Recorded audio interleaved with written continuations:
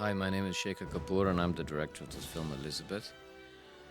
I guess the first thing I should talk about is why I am the director of the film, because that's a question I always get asked, why an Indian is directing a film about the quintessential English queen.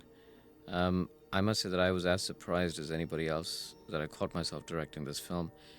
I think sometimes it becomes important for a director to work and make a film about something that is so far away from his or her own culture. And the bridge that you have to build between yourself and the characters that you're making a film about actually then becomes a very tenuous link, and that tenuous link becomes the film.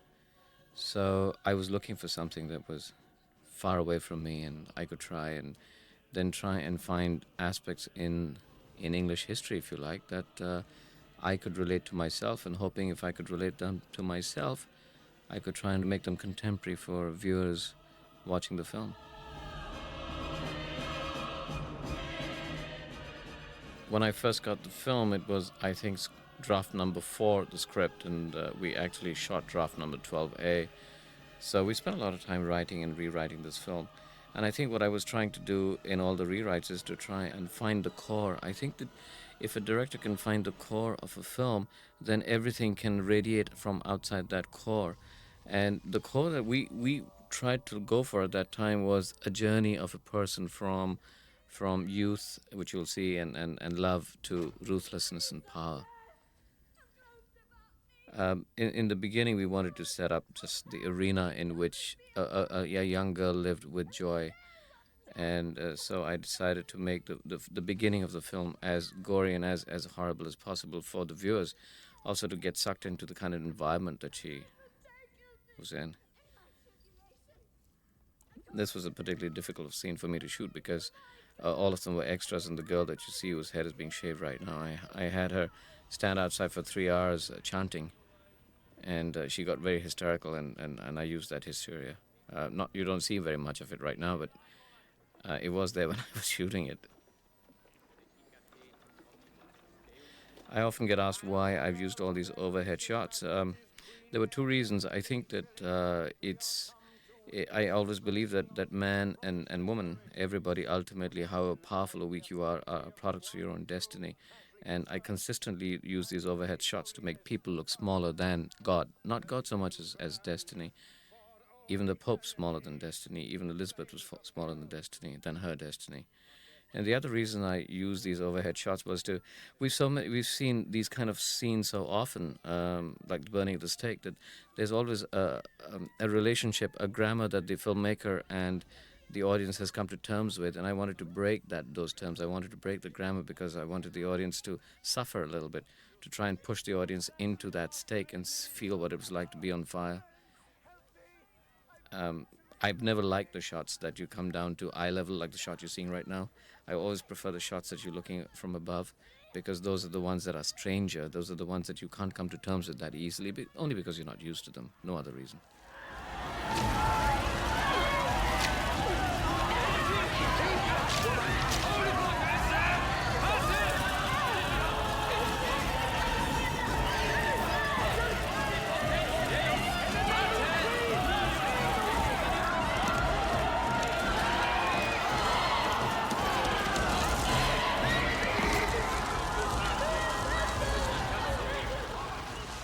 This shot that you've just seen is actually with real people in there. Everybody asked me if there's any special effects. There were none. I must say something about these very high overhead shots. I've already spoken about this whole thing of destiny. When I first went into a cathedral, I saw myself feeling like I was going to die, but the cathedral was going to stand for generations. And I decided to use stone as the ultimate survivor. So although they used to use a lot of wood in those palaces, I just said no wood, because wood is organic, indestructible like us. So you'll see through the film this constant use of stone to say that all the characters that you're seeing, like Norfolk and this girl, they may be very powerful characters in their own times, but they will all die. Stone will survive. To produce some milk and her stomach is swollen. Is it true? The king has not shared. Chris Eccleston played the Duke of Norfolk, and he was a great minimalist actor, and I think that I had a lot of arguments with him about his minimalism, but I think he was right. Ultimately, his character was better for the fact that he did very, very little.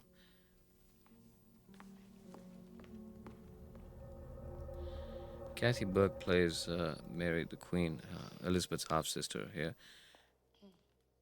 The characterization of Kathy is based, in my mind, I thought that by the end of, when you've been in power for a long time, you'd probably get quite schizophrenic, and I asked her to play it with a fair amount of schizophrenia because I wanted to show what it means to be in power. I just wanted to create the environment which Elizabeth will ultimately come to. So when you see everything else, every other character is very still, but the camera keeps moving around Kathy, who's playing the Queen, and it just keeps moving in a very schizophrenic way, but everything else is static. It is safely dispatched, thanks to His Grace. Sir Thomas White and the other leaders are already down. The whole area, as you'll notice, is very darkly lit, and I got it from Howard Hughes, what I read about his final days. He used to be surrounded by darkness and didn't like to see any light. I thought that's how people, power is scary. People cringe ultimately, the end of their power. They retreat because of loneliness. So I also tried to create a lot of loneliness around Mary. Schizophrenia, loneliness, madness. And not quite knowing who's saying what. If you watch her, she doesn't know who's saying what. She's trying to know who is being true and who isn't. By that time, you don't know. You mistrust everybody. Properly to trial, she would not be found guilty, and we would all be condemned. She has many friends in Parliament. My sister was born of that whore, Anne Boleyn. She was born a bastard. She will never rule England.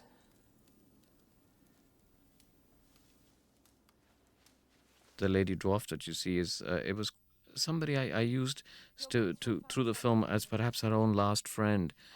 Some people get it, some don't, but a filmmaker will go on putting little things that you might get. So just the very walk of the dwarf, I wanted to show that ultimately maybe the dwarf had the real power. Dwarf is the last resort that the most powerful woman in England had.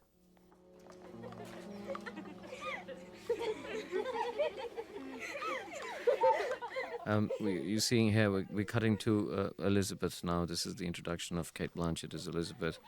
We went backwards and forwards in the script of the scene a lot. I'm not very fond of the scene. I think that I always like to have something narrative that tells about the characters, and this is one of the strange scenes for me where no story is being told, and I'm very uncomfortable shooting these kind of scenes. But in the script, we went up and down about how to do the first introduction of Elizabeth, and at the end, I think I lost my instincts too. But Kate looks great, and as I said, not my favorite scene. May I join you, my lady? But it works as a contrast to how you've seen Mary. She's here with youth and joy and smiling and love, and you just sing Mary, and that's where she's going to get to. So it works in that way. When everybody asked me how I was going to introduce these two of the titles, I used to say, well, they're going to dance together. And I think that a lot of that comes from my experience of doing Hindi cinema, where every film's a musical. And not till I had done it till anybody realized. I kept saying, I don't need dialogue to show two people in love. Just give me some good music and give me a camera and I'll do it.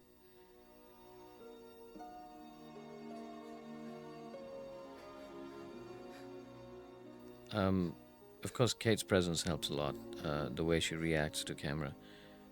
There was, obviously, the film cost about $25 million, and there was a tendency, everybody said that we needed a star.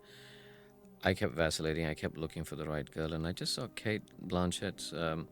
I saw a promo video of Oscar and Lucinda, and for some reason I knew that I'd found her.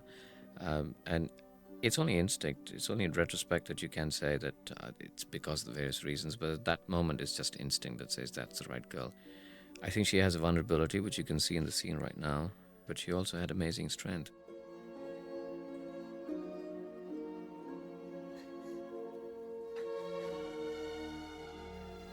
Joseph Fiennes I met once, and we went through lots of screen tests, but I think my heart was set on Joseph Fiennes on that first meeting because he's handsome, but he's vulnerable. He doesn't develop the kind of strength, and he could get corrupted. That's what I liked about Joseph. He doesn't look like he can face the onslaught of the world. He looks like you could give in to it.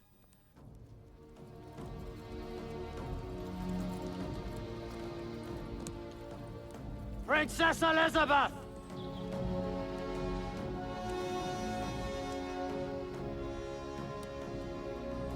You are accused of conspiring with Sir Thomas Wyatt and others against her sovereign... We did a screen test with Cate Blanchett, and we did two scenes. We did one scene of her being very vulnerable, which ultimately hasn't landed up in the film.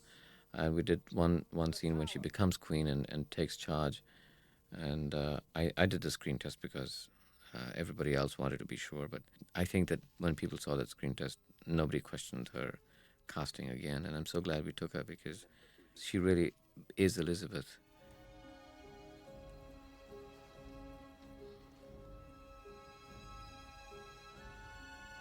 Do not be afraid of them.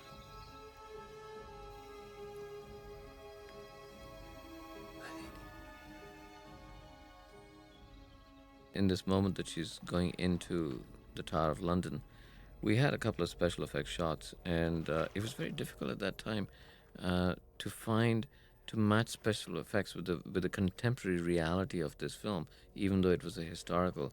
And we had two very, very expensive special effects shots we'd done of the Tower of London as it looked, and London at that time.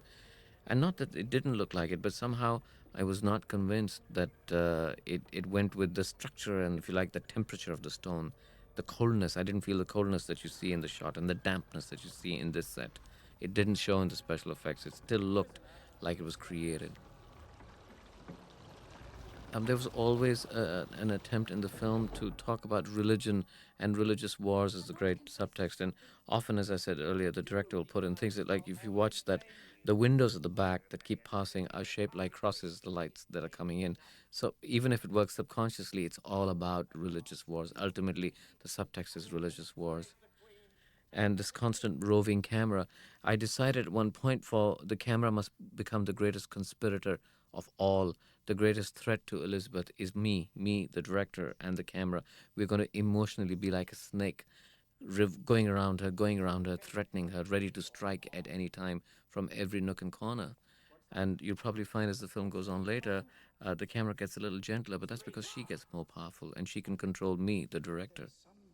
Small truth in these charges. However innocently or unknowingly you did proceed, you had best confess. I ask you why we must tear ourselves apart for this small question of religion. Catholic and Protestant. You think it's small, though it killed your mother?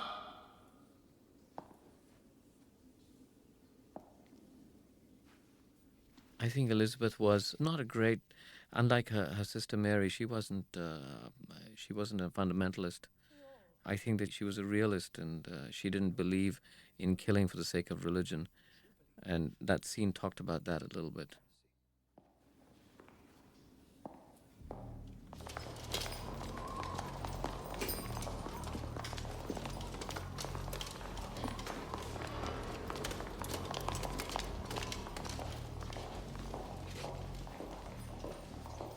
Incidentally, this is a set, but the shot you saw earlier of the big tower, that was shot at currently as the Tower of London as it exists now, from the exterior of the tower.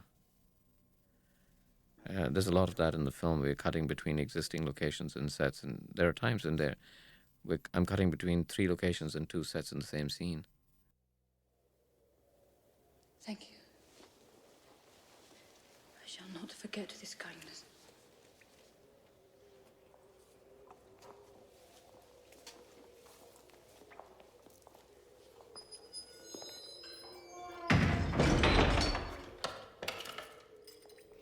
The scene that was cut was a really nice scene. It was about her in prison, and she looks out of the window and sees where her mother was executed. Her mother was Anne Boleyn, and her head was chopped off, and she saw it. And she talked about how slight the neck was, and a letter that the mother wrote to the executioner saying, I have a slight neck, but will you, dear Mr. Executioner, please do it very fast for me? And went hysterical, and in doing that, Cate would just touch her own neck, and Cate has such a slender neck that once again, it just reinforced the fact that she was so vulnerable each time to death.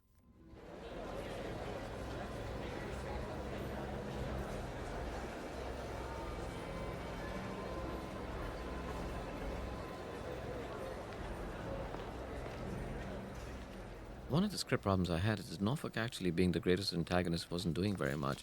So what you watch is that I've tried to cover that up by 2 things, by getting Norfolk to walk a lot, so it seems that he's getting somewhere, and the camera to constantly follow him. That makes him much more powerful. So you get the impression of this prime conspirator. But if you look at the script and if you really read into his lines, he's not that active in terms of event active in the film.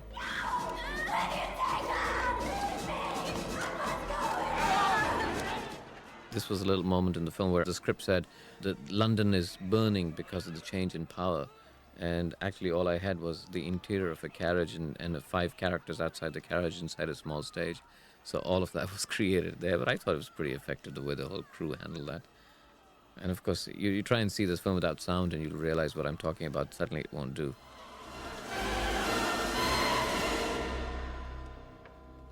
This scene, I asked the actors and the writers to put a lot of subtext into it because the film doesn't talk about the prior relationship that existed between the 2 half-sisters. But I'm not going to say very much, except I want you to see the scene very carefully and see that there is subtle subtext between the performances and between the lines because they grew up together. Sometimes Elizabeth as the lady-in-waiting to Mary and sometimes Mary as the lady-in-waiting to Elizabeth, not quite knowing who will turn out to be queen.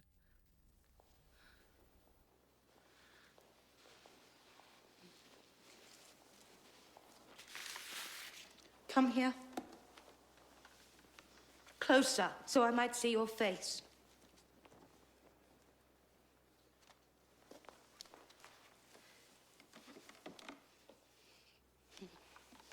When I look at you, I see nothing of the king. Only that whore, your mother. You notice that the camera stops moving here because this is not conspiratorial. The whole subtext of that being is that Mary didn't actually want. She wasn't part of the conspiracy. She was very honest about the fact that she wanted Catholicism to win. But she wasn't conspiring. Somewhere, Mary, for everything, for being Bloody Mary, had a certain purity about fundamentalism. You speak with such sincerity. I see you are still a consummate actress. My husband is gone. They have poisoned my child. They say it is a tumor. Madam, you are not well. They say this cancer will make you queen, but they are wrong. Look there. It is your death warrant. All I need do is sign it. Mary, if you sign that paper, you will be murdering your own sister. This is one of my favorite shots of the film in terms of performances because you can see the desperation of somebody who's about to die and not wanting to let life go, not facing up to death. You will do everything in your power to uphold the Catholic faith. Do not take away from the people the consolations of the Blessed Virgin, their Holy Mother. When I am queen, I promise to act as my conscience dictates. Do not think to be queen at all. I think Kathy Burke, she really did well. The whole schizophrenia and that comes right across in her eyes. If you watch her room, there's all the motifs of the Virgin Mary constantly inside the room. If you ever see that again, constantly she was surrounded by motifs of Catholicism. This is the first time that Elizabeth actually ever faced the court of Mary. And it was both how afraid she was, but how she already was starting to become adept at her own little flirtatious or her own power of her youth and her attractiveness. Knowing the kind of aura that she could do. Watch this shot. Quietly done, not a word said.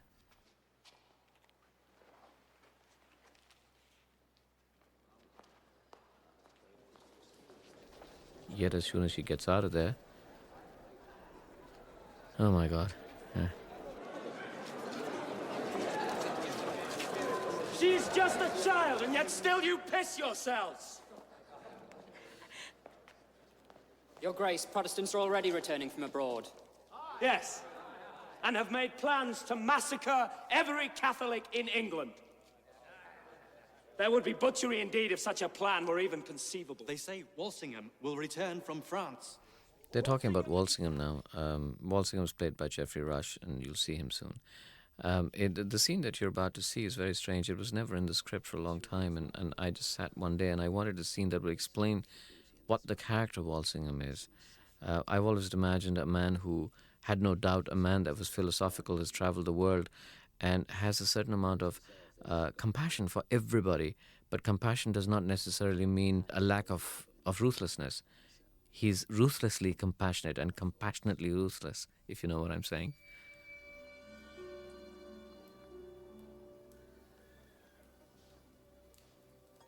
before you do this. He's a man who understands what he has to do. And it's quite Zen in a way. It's very Hindu, it's very Zen. That it doesn't mean that you have to hate somebody to kill them. You kill them because you have to. You can love them at the same time.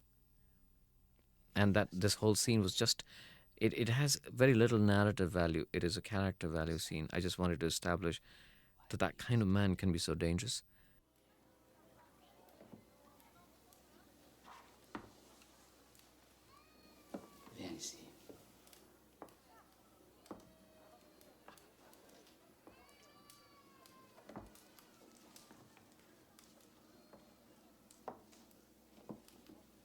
Look out there.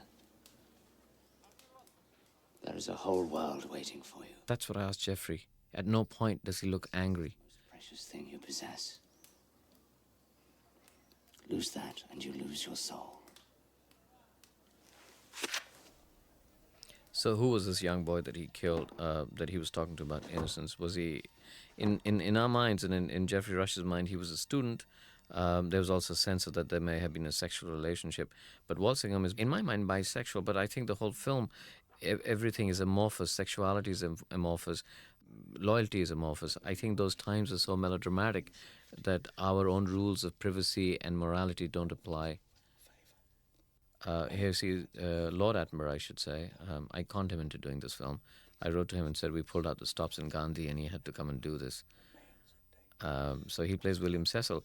I've tried to put many men across Elizabeth. So Walsingham becomes the mentor. Dudley plays the weaker, but the lover, and the lover is always kind of weaker. And Cecil plays the father figure that doesn't quite understand that the daughter is growing up.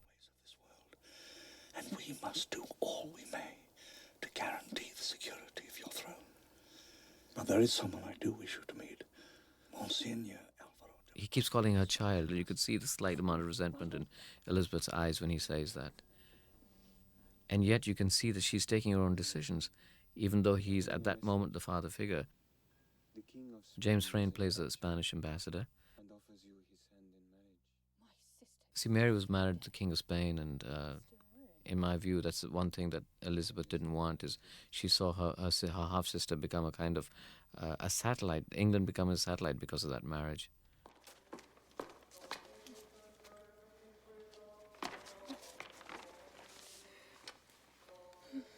You must sign it, for the love of God. Norfolk was the great Catholic. Norfolk was always one. He was the most powerful man in England at that time, and he really thought that Elizabeth should have never come to the throne. And here, you can see that Mary would not sign that letter which says that Elizabeth should be killed. I think it's less morality. I think that kings and queens don't want that. I think that they believe in the power of ascendancy. They believe in the divine right of kings and queens to rule, and by signing the fact that their descendants can be killed, they're denying that divine right. Keep him in Spain. And the king is a fool. This was the first day's shooting. Actually, this is the first scene we ever shot. We were still writing the film. I remember both the actors having a really tough time because the scene was being written and rewritten at that time. But first days are always difficult. Robert, you should not say such things. Then I shall only think them. Oh, everything's still so uncertain. Well, Sir William says that my life is still in danger. Do not listen to everything Sir William tells you. Do not listen to any of them. None of them are of consequence.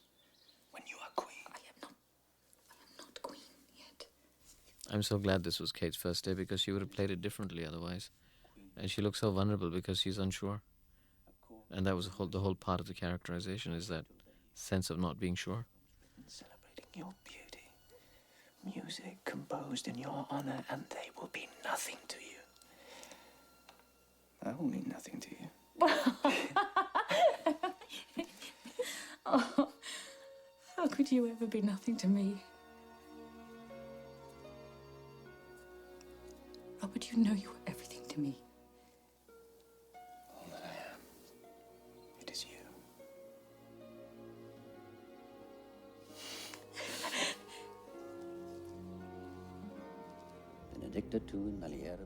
That's Mary's death. And part of the way I shot the scene also to say, if you look at Norfolk's attitude, is the fact that she might have been this great powerful queen, but she's dead, she's gone. It's about the throne, it's not about the person. Is she dead? And Norfolk's attitude is right, that there's no emotion involved with that. The person is not important, the position is. This is a moment of history, actually. That's what happened. Norfolk did take the ring and give it to Sussex, and Sussex went to Elizabeth, who was at Hatfield House at that time. Give it to her.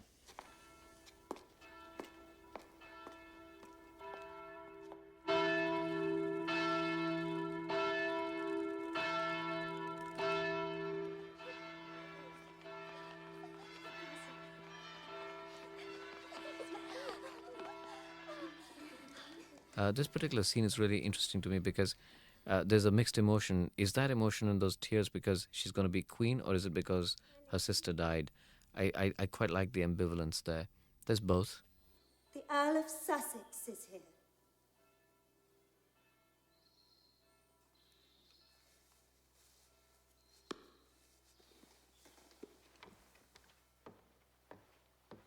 Everybody else is smiling, she isn't. But she's also walking into her destiny. And that's why I've done this follow shot. And if you notice, at one point she'll walk into whiteness, kind of representing is that we don't know what is she walking into, where is she going to go, what is her future. And her future at this moment is just a white nothing, which she has to form herself. History and tradition always says that she was told and given the ring under a great big tree. And I spent a lot of time looking for the right tree. But whenever there's these great historical moments, I've always tried to keep the camera very far away to say that this was a place and time in history. So it's not about the character, it's about historical accuracy at that time. Long live the Queen! Long live the Queen! And yet you see, into that unknown future walks in very subtle difference in Cate Blanchett. That's what her performance is so great. Watch her in the last scene when she's with Dudley. In the very next scene, there's a very subtle change. You see a sense of determination, a sense of knowing her destiny. This scene was now shot at York Minster. Poor old Duke of Norfolk having to declare her queen, hating her, wanting her dead, yet doing his duty, knowing that he has to do it, but knowing that at one point he's going to destroy her and plotting later. And that was all the pomp and pageantry. It's all about. This was one of the biggest special effects shots we did. We shot this at York Minster Cathedral, and all those balconies were recreated, and all those people were replicated, and there are no balconies there. The costumes are real, though. Beautiful costumes. Here again, I was less interested in the pomp and splendor, although the pomp and splendor is really, really important. But I was more interested in her. That's why I keep coming. You'll watch. I keep coming back to her. How did she see it? How did she view this whole event? What was going on in her mind at that moment? I'm not saying what goes on in her mind, but I'm asking the viewer to guess what must have been going on by just staying with her.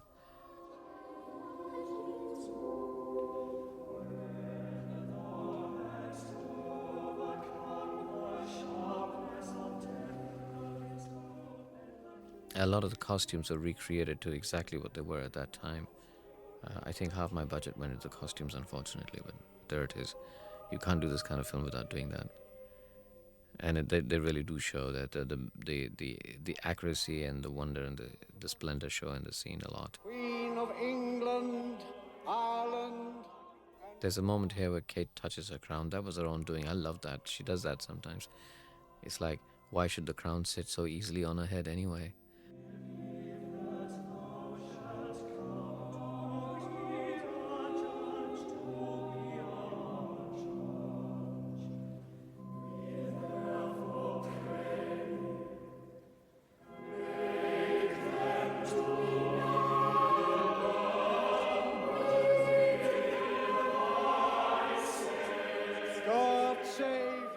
This is a classic portrait. I just went back to a classic portrait saying, here's the image, and back into reality of the image again when they're telling her in the scene. I've used a lot of these opening shots which are through windows because I'm trying to keep up this whole thing that she is surrounded by conspiracy. So you'll see a lot of those shots. What are you saying? Madam, your treasury is empty.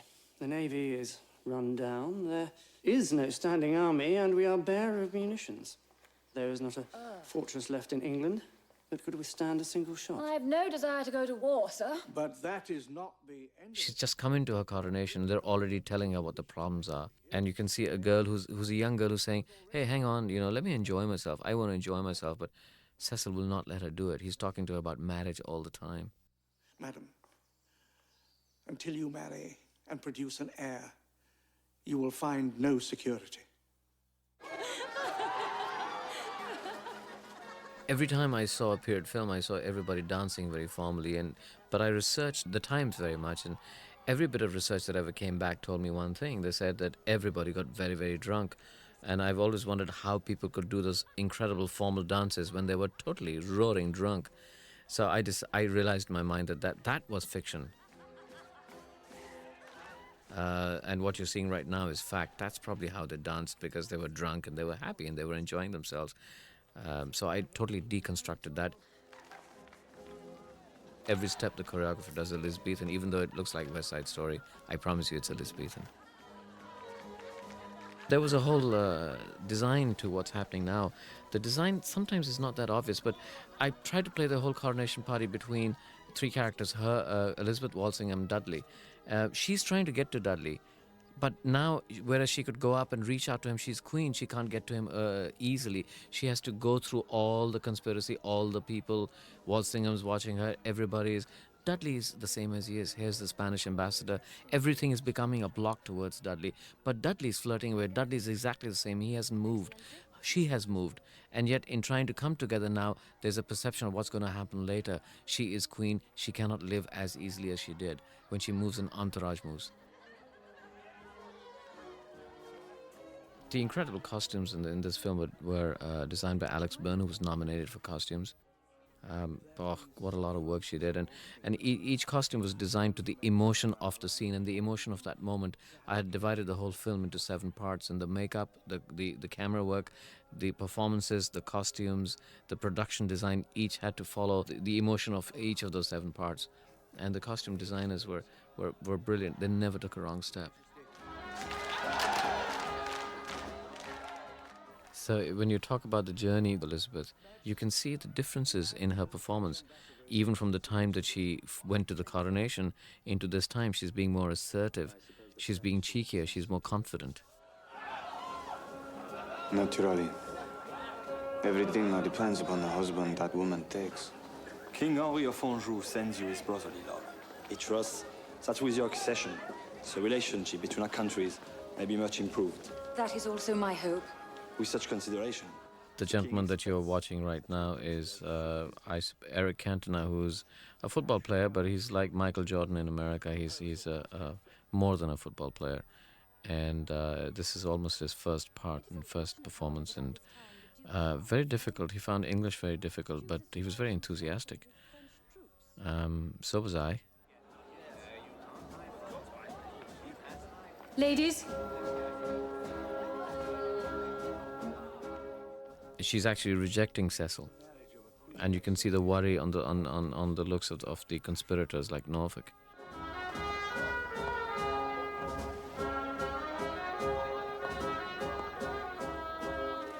We always agonized about what the first scene of Walsingham would be when he first confronted the Duke of Norfolk and all the other conspirators. And actually, filmmaking, when you actually do it, is very simple, because if you have good actors, you don't need great scenes. Just the way they're looking at each other, just the looks can tell you so much. Just the way they bow down, look at that. Just that. That's enough to create, you don't need reams of dialogue to say all that.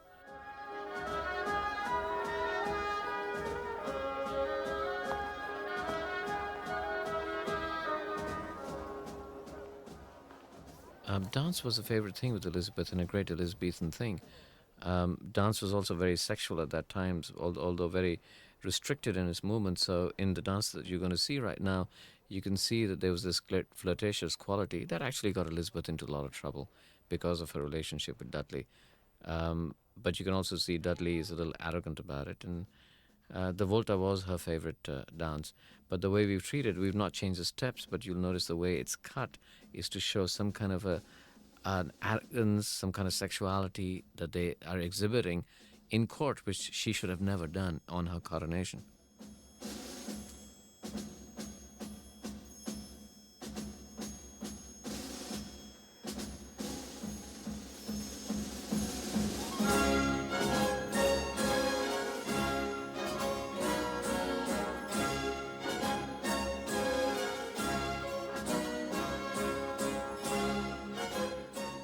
Emily Mortimer plays Cate, her closest lady-in-waiting that she confides in, and you'll find Cate is consistently worried about her. So as you're watching the film, watch her reactions.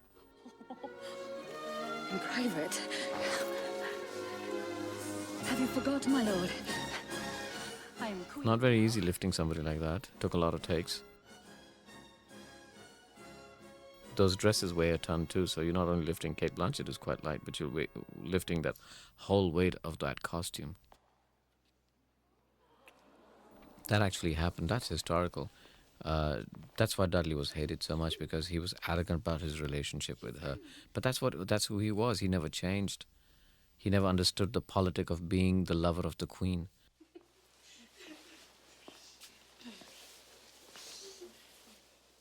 Lovely girls. I really enjoyed working with them. Flirted with all of them all the time. You blush, Lady Knowles. Are you in love? No, my lord. Then you should be, or waste all that beauty. Now, the scene you're about to see is something that got me into so much trouble. That's what I mean about privacy. As you watch the scene as it progresses. After Cecil leaves, I'll tell you about it. She is overwrought. I wish you to show me Her Majesty's sheets every morning. I must know all her proper functions. Proper function. Elizabeth is very well known as the Virgin Queen, and the British press really took me to task for showing the fact that she was actually not a virgin. I decided at one point that virginity was not a physical manifestation. It made no sense, because here was a woman that had some very well documented affairs. But it was a political statement, and the modern context and a contemporary context, virginity being a political statement became much, much more interesting. I personally don't know how anybody knew. They said that, well, if she wasn't a virgin, somebody would have known, and I'm saying, well, the whole concepts of privacy were so different. As you can just see, the ladies in waiting are watching through the holes in her curtains, no doors stopping them from seeing, and you even see these eyes that represent that lack of privacy on the fabric. That was a little thing, a muse, if you like, in the production design. So, yes, they were watching her making love, so here they are. But the whole concepts of morality and privacy were different. So while I did not agree with the fact that she was physically a virgin, because nobody could really tell me that she was, and I would say that unless there was something physically wrong with Elizabeth, I would assume that she had a physical relationship. I tried to treat it as gently as I could, as aesthetically as I could.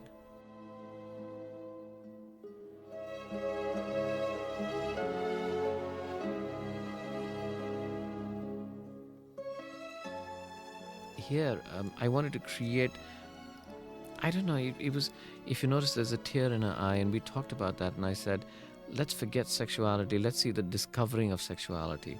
And in that discovery, Cate just got that tear running down her eye. I thought it was great.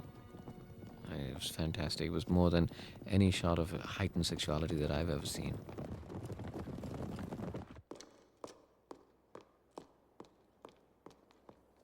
You can see Norfolk is always walking.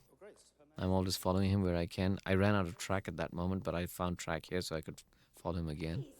Your Grace, Her Majesty is not yet ready to receive visitors. Madam. Did you see the way he looked up and down her body? There was always something, even in power, there was something.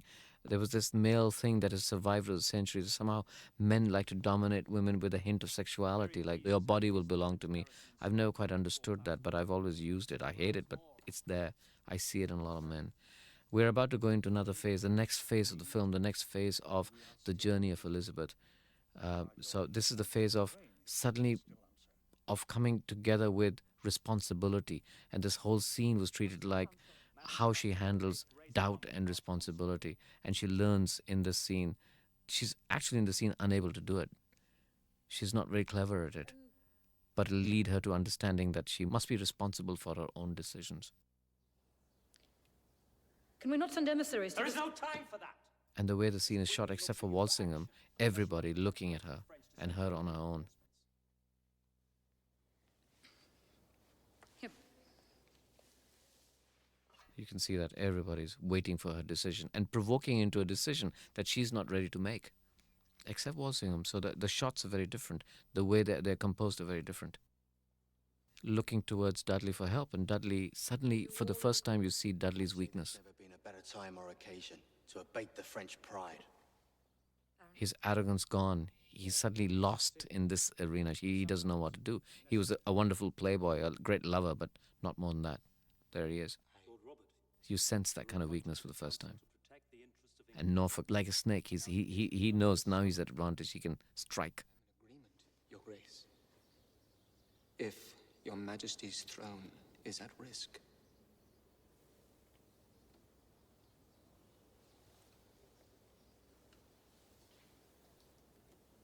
What say you, Walsingham? Your Majesty! I say a prince should rather be slow to take action, and should watch that he does not come to be afraid of his own shadow. Madam, with your permission. In this long shot, you can see the lighting is creating a sense of what sound effects or music could have done. It was like give the drums and the beats of war. The shafts of lighting are doing that.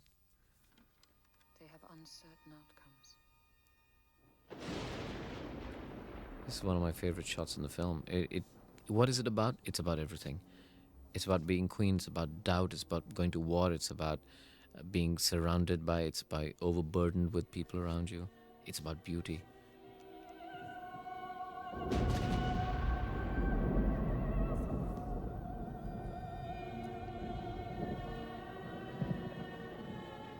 And I love the music, the score done by David Hirschfelder, who was also nominated. I think his score is fantastic at this stage. And every now and again you'll hear a soprano coming in. I've always used the soprano as her voice of doubt, or actually her voice of destiny. And ultimately, in the last scene, you'll see the soprano acts actually taken over, but keeps coming in here and there.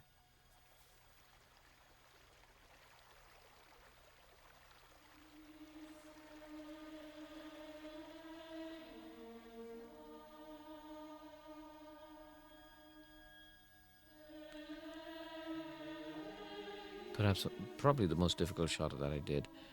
35 takes of this because the crane kept shaking. And ultimately used special effects to keep the crane smooth. You can see it shake now, I'm afraid. Couldn't fix that because the crane kept shaking because the wind was very high that day. Originally in the script, this was a huge battle scene. There was a battle in history where the English did lose. But one of the budget cuts, and I was always much more affected by these paintings of the aftermath of, say, Waterloo. And I used to look at those paintings and I just tried to recreate some of what I saw in those paintings, hoping that the aftermath would be probably at least as effective, if not more effective, than the battle itself. This was Fanny Ardern's introduction. Actually, that's not Fanny Ardern, that's a double. Fanny Ardern was too scared to even go near a horse. Fanny Ardern plays Mary of Guise, who is a French woman that at that moment ruled Scotland. There is also Mary of Scots, who was an English woman, or a Scotswoman, who was living in the courts of France, who was later beheaded by Elizabeth. And there's Mary of Tudor, who's Elizabeth's half-sister. Unfortunately, in a historical, you can't change people's names, and we were always very concerned that the audience would get confused between all the Marys. One of the things about that battle was that the country that Elizabeth ruled, which is England, was very, very poor and couldn't afford to have a regular army. A lot of kings and queens at that time sent children into war. So we just created the scene at the last moment where Mary of Guise looks at this child. Most of the people that went into battle were about 14, 15. Go back to England and take this to your queen. C'est du sang anglais sur un drapeau français. Renvoyez-le à sa reine.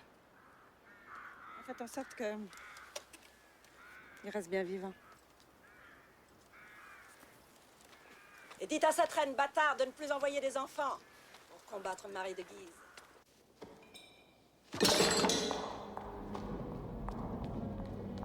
These strange shots that I use all the time, again, is to consistently try and use stone and pillars as the destiny of man or destiny of woman is much larger than their individual lives.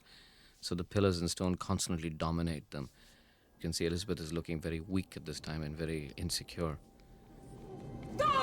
No! I regret to inform your Majesty of our miserable defeat in Scotland.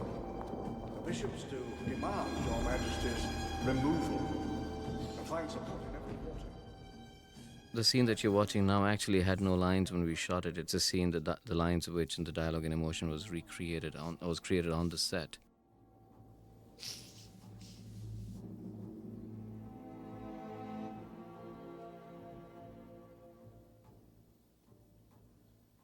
That's, of course, her father. It was, again, now this is another defining moment, another phase in which Elizabeth, having realized that she had taken the wrong decision, pressurized by people, she realized, but she's coming to terms with the fact that she has to take responsibility. So the whole scene, whatever is being said here, to me it meant when you come to terms with the fact that you are responsible for what you do and you cannot blame others can't blame you. And this is the first bits of what we talked about, the loneliness of power. Against all things. I do not need protection. I need to be left alone. Majesty. They should never have been sent to Scotland. Plot-wise, of course, this is the first scene in which you see a relationship developing between Walsingham and Elizabeth that becomes a major relationship towards the end of the film. As you can see, he's not an invasive character. He doesn't tell her what to do. He's an advisor. He understands and respects her mind, which Cecil doesn't, and Norfolk doesn't, and Dudley doesn't. If you keep watching Walsingham, he's consistently respecting her mind, respecting her. In the pulpits. Then they are speaking against their queen. Madam, the bishops are against you and have no fear of you. They do not expect you to survive.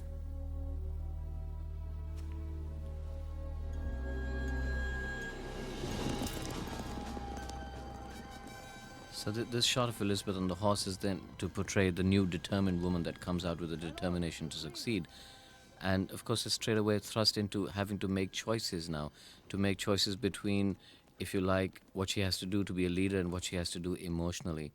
So we put the scene together here, and she has to make choices of state and marriage, and Dudley, the man that she loves, who is already seeming weak to her, but yet loves him, and she has to make those emotional choices now. Where have you been?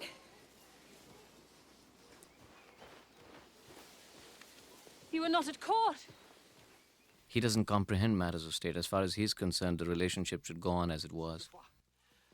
Mary of Guise, ma'am, promises to make no further threat against your Majesty, but on one condition.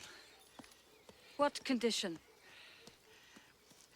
That your Majesty considers the proposal of her nephew, the Duke of Anjou. I tried to keep the camera going to show this kind of indecision that she must be in, and their characters coming in and out, representing the different pulls in her emotional life at that moment. He has heard a great deal of your beauty. For the love of God, ma'am, let not the care of your diseased estate hang in the balance any longer. In marriage and in the production of an heir lies your only surety. The Duke is also most handsome.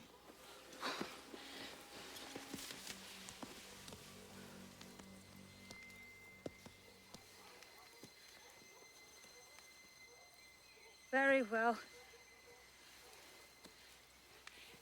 Invite the Duke of Anjou. We shall see him in the flesh.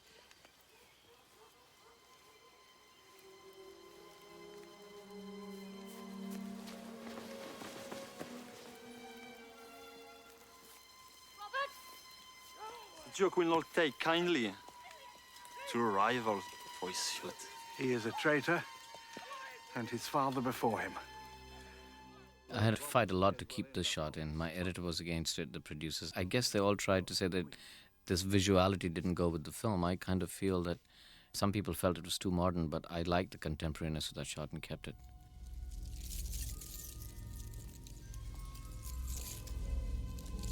Must you leave? I would not miss this for the world. And there'll be another little scene coming up that talks about the contemporariness of the style of the film, and you'll see that coming up soon. I have been placed here as your son. Now again, this was not a scripted scene, and I think that Cate Blanchett was most upset when I just put the camera there and I said, now try and rehearse for Parliament and just extemporize the whole scene. God has placed me here. I actually got the idea when I was shooting her makeup test. She said, what do I say? So I said, do you remember your screen test and can you remember the lines? And this is what she did at that time. I shot that and used it to show what she must have been going through. It's like what I went through just before my exams. I passed this act of uniformity. I ask you to pass this act of uniformity. Again, huge arguments with everybody there.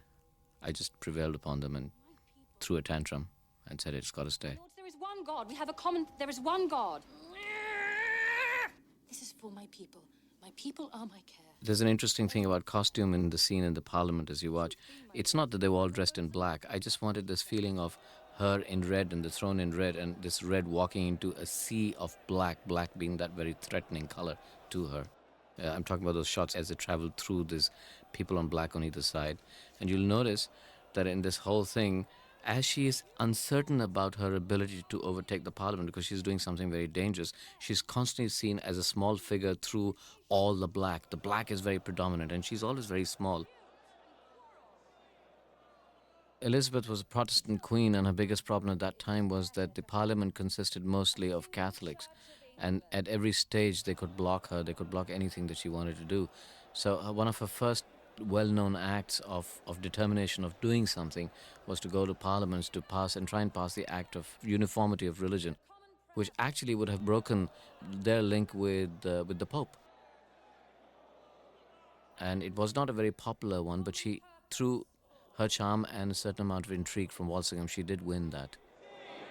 I ask you to pass this act of uniformity, not for myself. Everybody had advised her not to go. Everybody advised her that she would not win it. But this was one of the first phases of Elizabeth showing that she was a person that made her own decisions and made up her own mind. By this act, Everybody thought she would lose. our allegiance to the Holy Father.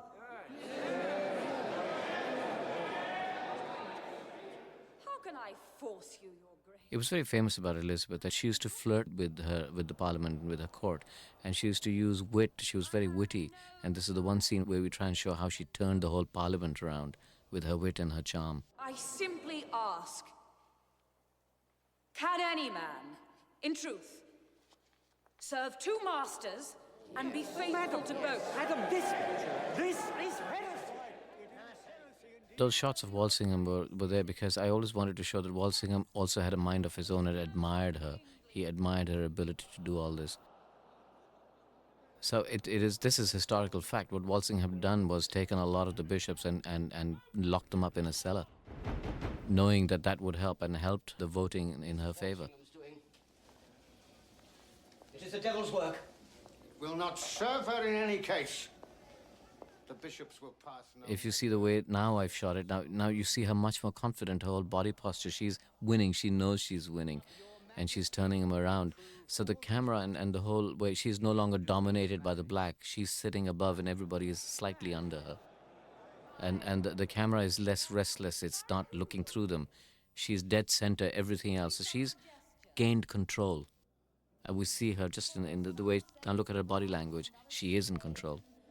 And some cannot abide foreigners at all. So I'm not sure how best to please you unless I married one of each.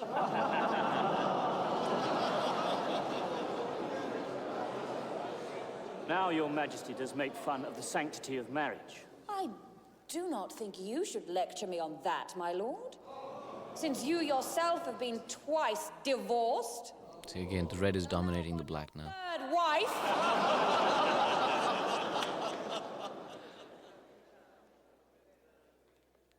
Each of you must vote according to your conscience. But remember this. In your hands, upon this moment, lies the future happiness of my people. and the peace of this realm. Let that be upon your conscience also.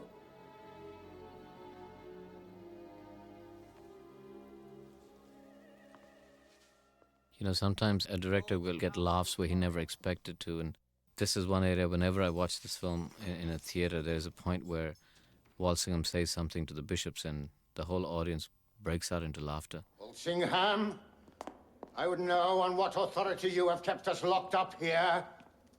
Your Graces must forgive me, but you're now free to go. I am sure this infernal work has not saved your bastard queen. Her Majesty has won the argument.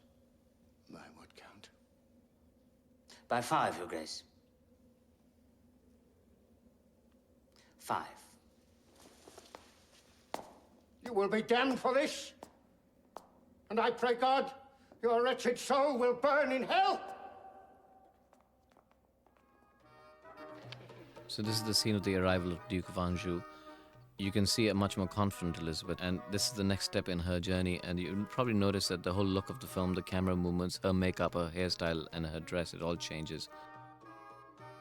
Part of the thing is you'll notice that when you first saw Elizabeth, her neck was far more exposed, and gradually through the film, as she's getting more and more involved in the state and the affairs of the state, the collars are getting as if she's trying to deny her sexuality now. This is the Duke of Anjou arriving from France, and there was a setup to get her and the Duke of Anjou married.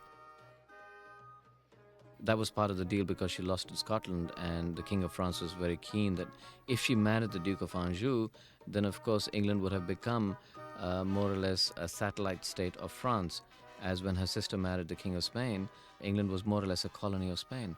And the fact is, she always said yes, but never actually did it and flirted with everybody.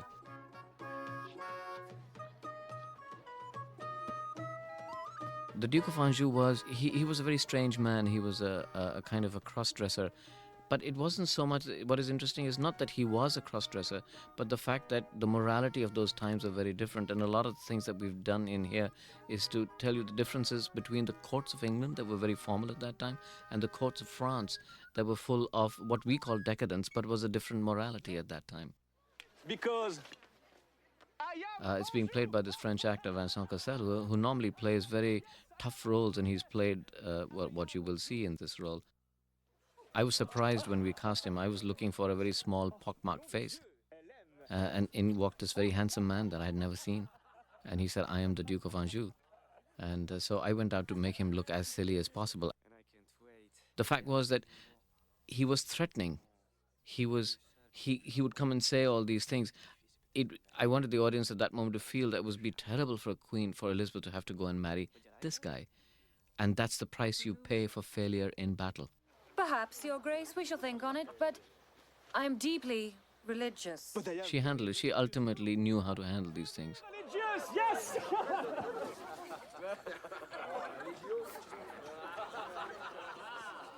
We agonized a lot about the casting of the Pope because there are only 2-3 scenes there, but the Pope to us was the center of the great conspiracy against Elizabeth.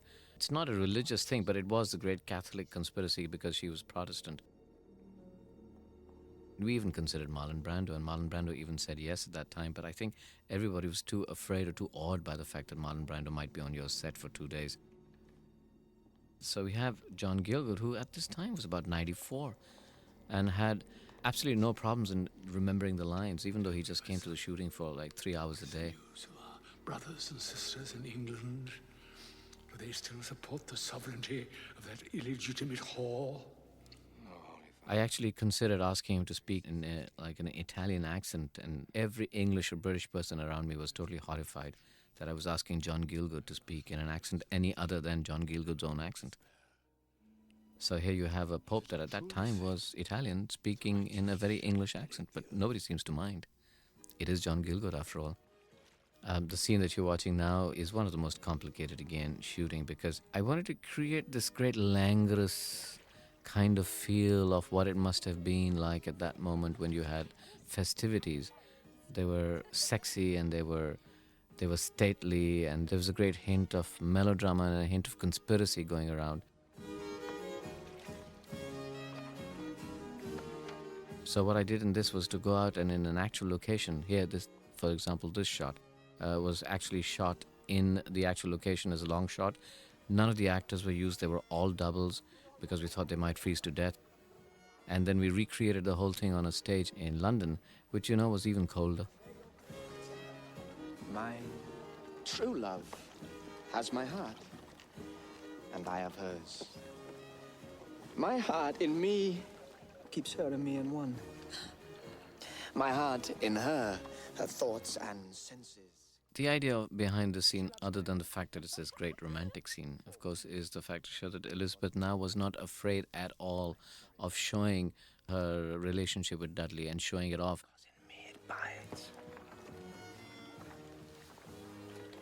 My true love has my heart, and I have hers. Marry me. But if you look at her closely, the way she's looking at Dudley right now, she's gauging him. I don't think at any point that she's ever going to say yes to marrying him. It's not that she doesn't love him, but she's now careful about herself. She's careful about her relationships with everybody. She cannot now with abandon give herself to anybody. La reine semble très intime avec Lord Robert, n'est-ce pas? She's willing to go ahead with the dangerous areas that Dudley's taking her into when he comes up and asks. You know, Dudley misjudges her. That's the whole point. Dudley doesn't know at what stage she's at. He still thinks that this is his little girl. And he's wrong. He's not really aware. He's not looking. He's not thinking. And that's another aspect of man. And perhaps if he thought about it, he would have played it differently. Dudley could have been her king if he respected her. But he didn't. He wanted her exactly the way she was, as a little girl dependent upon him. And that's how he got into trouble. On a night such as this, could any woman say no? On a night such as this, could a queen say no?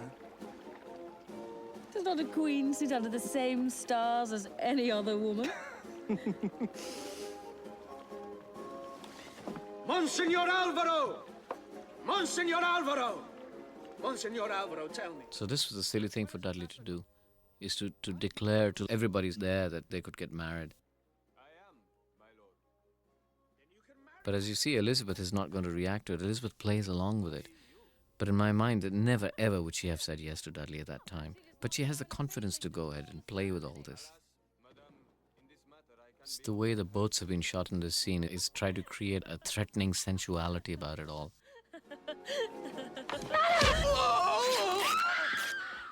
I must tell you, we all panicked because we had 20 minutes left to shoot this whole assassination attempt. And it just shows you about cinema. We shot it in 20 minutes. And it's actually, the whole thing's been built up of so many different shots shot within, like, every shot we took about half a minute to shoot. And it talks more about the editing process than actually the shooting process. In the script, the portion that you're watching is described as chaos in the palace after the assassination attempt at her.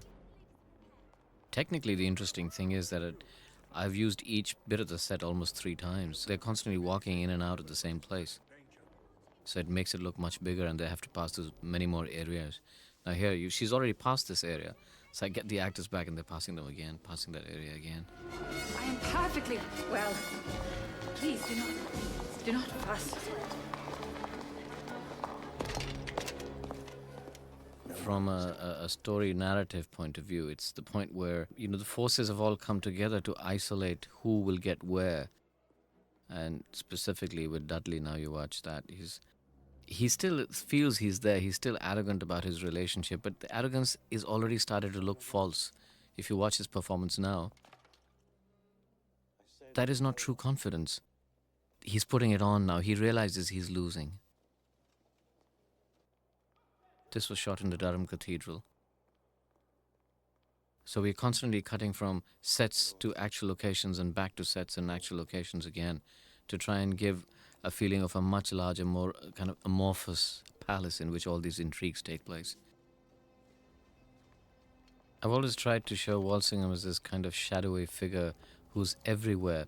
Even when we designed the costumes of Walsingham, if you watch his costume now, I always thought I saw Walsingham as water and the Duke of Norfolk as rock, enclosed in his own ego. So if you look at Walsingham's costume, his costumes are always flowing. They almost flow like water. When you see the Duke of Norfolk later, you realize that his costume looks like armor. That's the armor of his ego. And ultimately, what will win? Will water win or will rock win? And in my opinion, water has the ability to overcome, and rock will ultimately be eroded and washed away. He's too subtle for that. With Norfolk? Walsingham was actually, in history, the original master of spies. He's the one that taught the world about the KGB and the CIA. He's the first known historical spy network person. And this person he's talking to is Master Elliot, is his spy in Norfolk's camp. I must find where he plays. This shot is another example of the camera being the conspirator, peering through various nooks and corners and from behind screens, as if somebody else is watching, as if the walls have ears. And practically it works better also because this is, we had only one corridor and I'm constantly using the same corridor in many, many ways. So you put a screen, it looks like a different corridor and gives you a larger sense of a greater and much more amorphous palace again. Keep your queen. You are most mistaken, Monseigneur.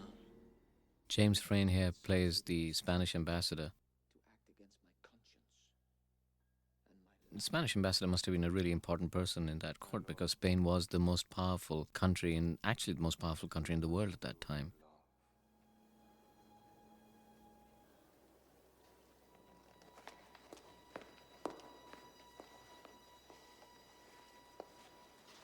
Madam, if only you would... It's another example of how the affairs of state actually invade your private and your personal life.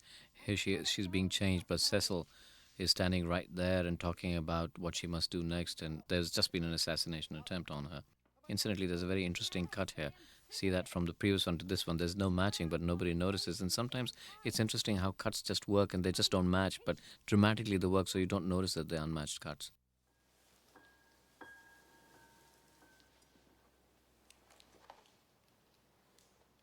William Cecil, played by Richard Attenborough, to me, he was always the man that was out of tune with the times, even his dress sense.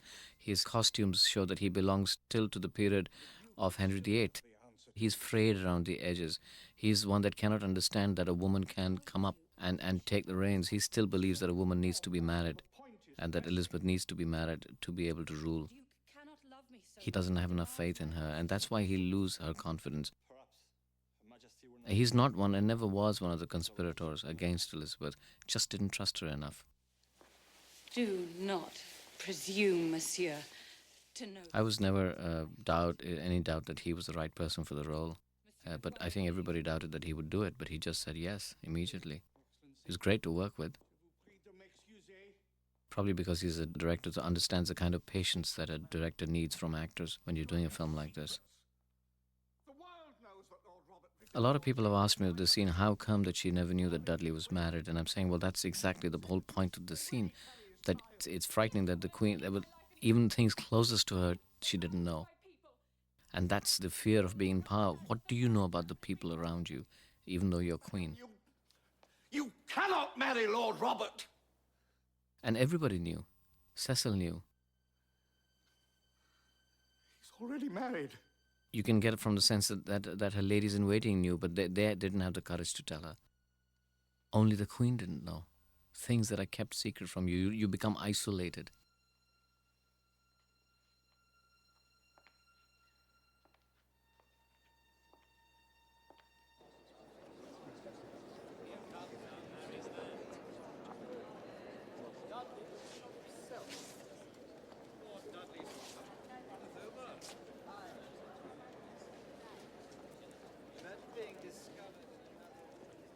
One of the problems that I've always had for the film never to become a costume drama, as it were.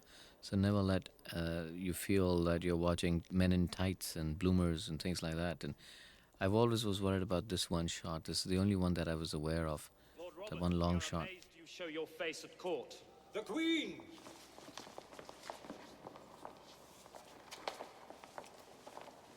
Norfolk, always the arrogant one. If you notice that he's the one that's bowing down the least and comes up first.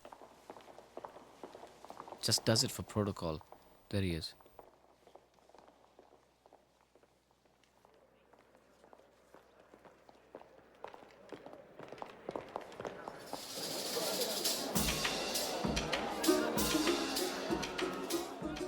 The court was always filled at all times with festivities. That was part of living in a court. It was that world which was filled with all kinds of entertainment. So dancing and singing. And so dancing and singing and entertainment always dovetailed in with all the intrigue and the danger. Everything. It was life happening together. And at about this time, the English pirates had already started threatening, and not threatening, but bothering the Spanish Armada. Elizabeth at one time had started to encourage her pirates.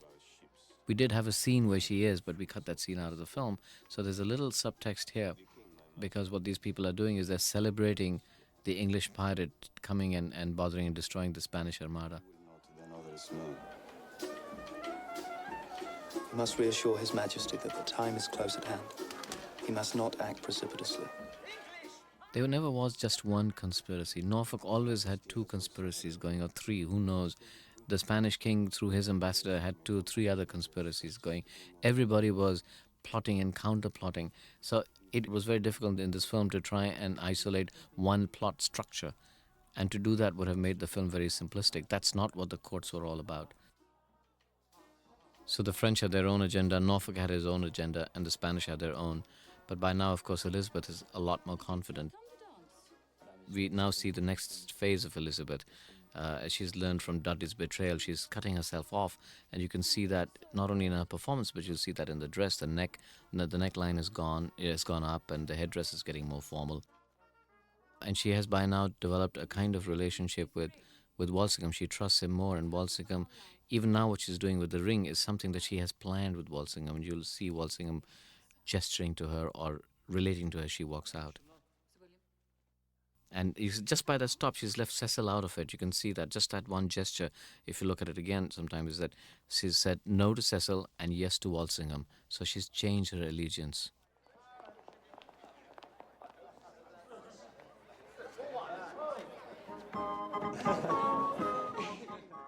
I had a lot of fun shooting this. You can see why. A lot of the films have been picked up from classic paintings that I've seen, and you can see the influence of all those paintings in there. And I just enjoyed shooting this scene because the actor is just so wild.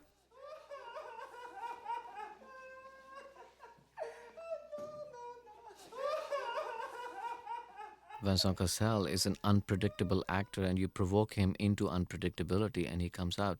For example, he comes and says, what? And he's used what in 3 or 4 different ways.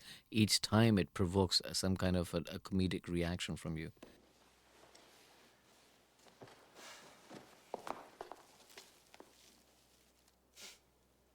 What?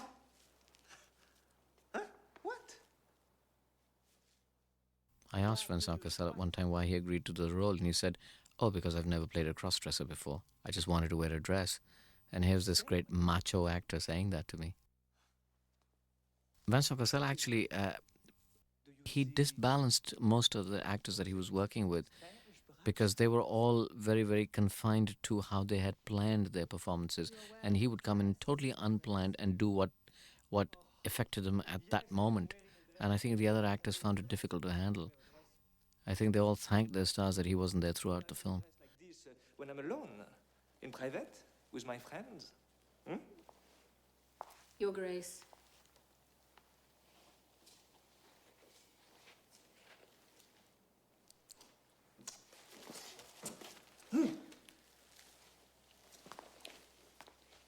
Again, cross-dressing, I must say, it's not my opinion of the French. It was the way that the French courts were at that time. And it was a different morality. It was a different time.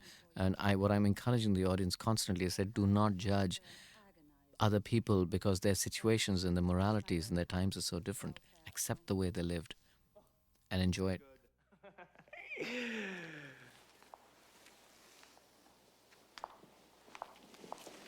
Madame, I will explain. Ce n'est pas la peine, Excellence. Je comprends tout. Oui, bon, mais vas-y, alors, vas-y, allez. Allez. Bon, puis quoi, là, allez, jouez, là, là, là, là. Allez, allez. Trou du cul.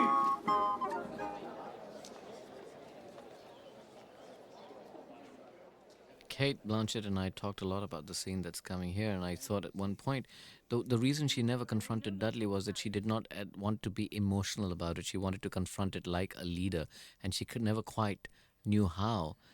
And having won this little battle and having won this whole conspiratorial thing with Anjou, she let go. And in that laughter, she was feeling much more confident than she should have been, actually.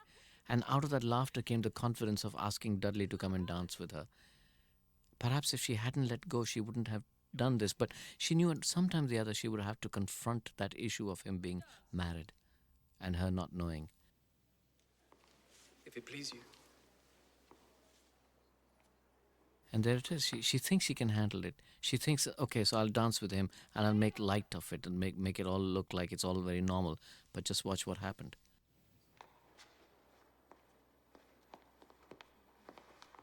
And Dudley, of course, misguided, still is in the same situation. He thinks, oh, well, if she's going to ask me to dance, then she must have forgiven me. He still doesn't understand. And that's, again, men not understanding women as they're progressing and expecting them to be in maturity exactly where they were as little girls, not accepting that they grow up. You must let me explain. And he's destroying it for himself, constantly destroying it for himself. You must not believe what they tell you. They are jealous and envious, because I am nothing to them and everything to you. Do you love her? And you know how it is that sometimes in the heat of the moment, you say things that you've wanted to say a lot, but you've held back, you haven't said it. And in this moment is when Elizabeth finally told everybody exactly what she wanted, exactly what she meant, right here. I am not your Elizabeth. I am no man's Elizabeth. And if you think to rule her, you are mistaken.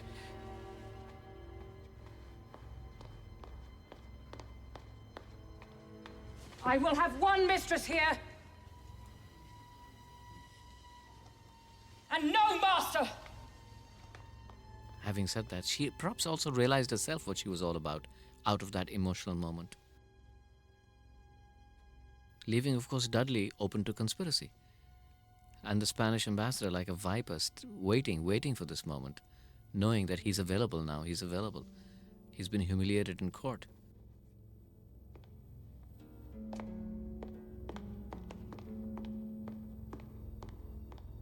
And then striking Dudley into coming in, knowing his weak points. I can live without her most happily. Better than I could live with her. This scene was written later. It wasn't part of the original script, and we went back to shoot it because we were afraid a little bit that the audience would want to know a little bit more about Dudley's ultimate betrayal of Elizabeth and why. In actual fact, in history, Dudley actually went to the Spanish ambassador himself and said, if you help me marry Elizabeth, I'll encourage her to become Catholic. Now, how stupid can you get? And be a man who has never known such love. And I didn't use that in the film because I realized that nobody would believe that happened. So sometimes history is so much stranger. You jest with me? No, indeed, I do not. For she will be dead. In the way this has been shot, you can see Dudley's in a corner. He's like cornered. He doesn't know where to go, and somebody's trying to help him. He's clutching at straws now. She will not even see me.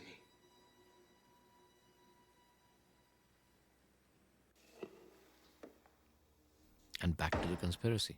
His Holiness has issued the bull. It deprives Elizabeth, the pretended Queen of England, servant of wickedness, of her throne. And declares that henceforth her subjects are absolved of their allegiance to her. His Holiness also decrees that any man who should undertake... The Pope did pass a bull. It is recorded, if you like, it's called a bull. It was an order, and did pass this bull to say that anybody that would kill Elizabeth or assassinate her would go to heaven. That actually happened in history. This is the scene where the priest that is supposed to assassinate Elizabeth arrives, and I was looking for a location that had dark clouds, raging seas, the typical kind of English weather that the weather in England is really famous for. And when I went twice to this location. I was assured that that's how it is the year round, like 20-foot waves crashing against. And the day we went to shoot it, suddenly it looked like the south of France, blue seas, bright weather. So somehow, as usual, a filmmaker, I had to adapt to that. I also was not quite prepared for the tides. I had to rush, and if I laid a track down, within 10 minutes the water would come in and go over the tracks. There were huge tides which we did not predict. Your Grace. Monsignor. Some people ask me how the priest knew that Master Elliot worked for Walsingham, and I'm saying that was actually part of the whole thing. Nobody knew who knew what. For example, how did the Pope know that there was a man who worked in England who actually worked for Walsingham, but it was in Norfolk's retinue, and Norfolk didn't know that? And why didn't they tell Norfolk? Why didn't they come up and tell Norfolk? Well, that was the way the conspiracy always happens, even happens now. Information is power. You never let anybody know what you know, and use it when you have to. I'm your Grace's servant, as God is my witness. I love the scene because the priest is doing it. And priests are supposed to be really calm and spiritual. I must tell you, though, that what you're seeing right now with that stone hitting that man, that wasn't my idea. This actor just went out there and did it. And I was so stunned, but it looked so ruthless, so absolutely ruthless, that I just stayed with it. I thought it was a great idea. It was an actor's idea.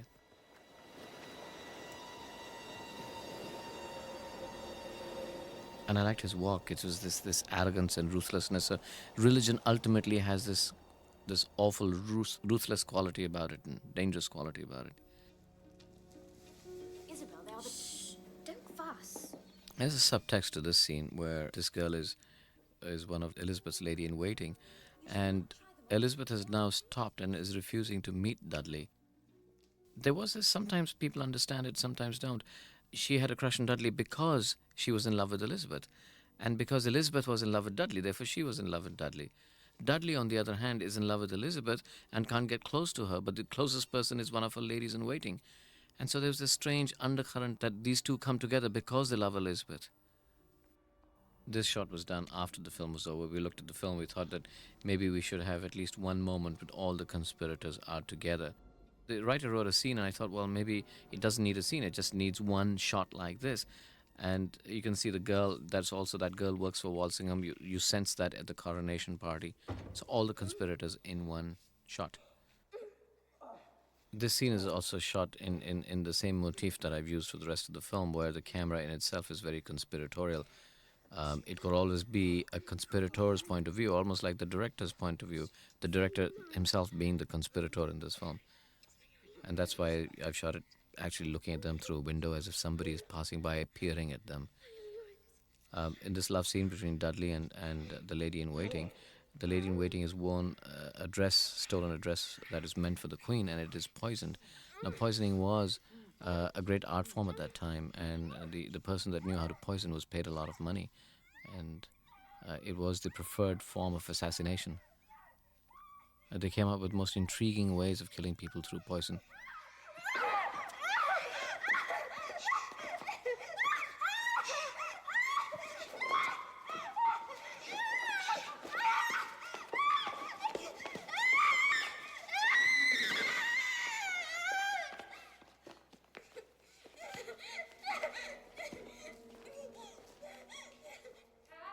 Now here's a scene where I've taken certain, I would say, logistic or historical liberties.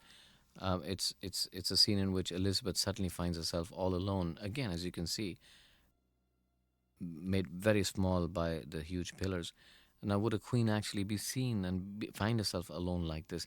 It is just a situation I created on the set. It wasn't in the script, where I needed to show how threatening an assassination attempt can be. Who are you? You will declare yourself to me.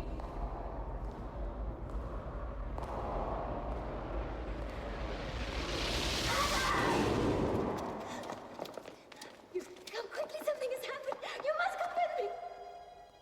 Who was with her? One of the guards found her. No one was... The suggestion in this is that the dress was that was poisoned, that girl died by, was a present to her, was a gift to the Queen, and Cecil says it was French silk, that somehow the French had sent that dress. So you're not exactly sure who in France. Was it because she spurned the Duke of Anjou? Who sent her? Who's involved in the conspiracy? But the only thing we do know is that somebody tried, and it was French.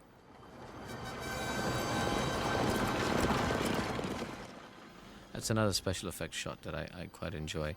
There was only this path and the carriage and the horse. The castle and the background has been plonked in later.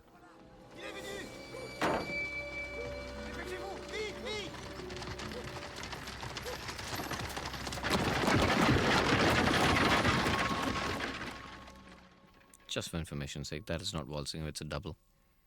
Tried very hard to get the double walk like Walsingham, couldn't really succeed. Sir Francis. This is one of my favorite scenes in the film. It's this the sexual tension between Walsingham and Mary of Guise. It's fantastic. One of the things I did tell Fanny Ardant when we did this film is that the reason she gets seduced by Walsingham is because she comes from the French courts and probably is becoming a little tired of living amongst what she considers are the Scottish barbarians. And suddenly Walsingham comes in here and he's from the English courts and he has the manners of court. And of course, so she immediately gets attracted to that. He's subtly using his court manners to seduce her. And she's falling for it gradually. Yes. They even say she's really a man. Bon, allez vous coucher, laissez-moi arranger tout ça. Bah, tante. Non? Allez, allez-y. Maintenant, obéissez-moi. Oh, you must forgive my nephew. He speaks when he should not. It's terrible.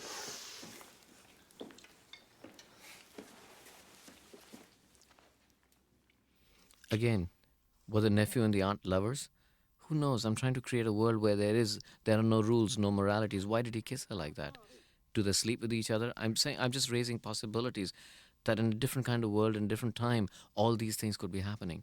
And without any sense of judgment or prejudice. And a creature of the world, like me. Again, an attempt to... There's this girl that comes in. A film often has layers, and often the audience don't get it the first or second time. I'm trying to create a layer that this person that's coming in and putting the water in perhaps is a Walsingham plant. Before my queen is overthrown,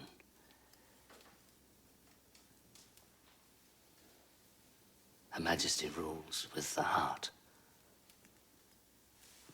not with the head. I understand. It is hard for a woman to forget her heart. But, what of you? Walsingham. A wise man would be careful not to put himself in the way of harm. And how would a wise man do that? He would, as I said, change allegiance. Allegiance?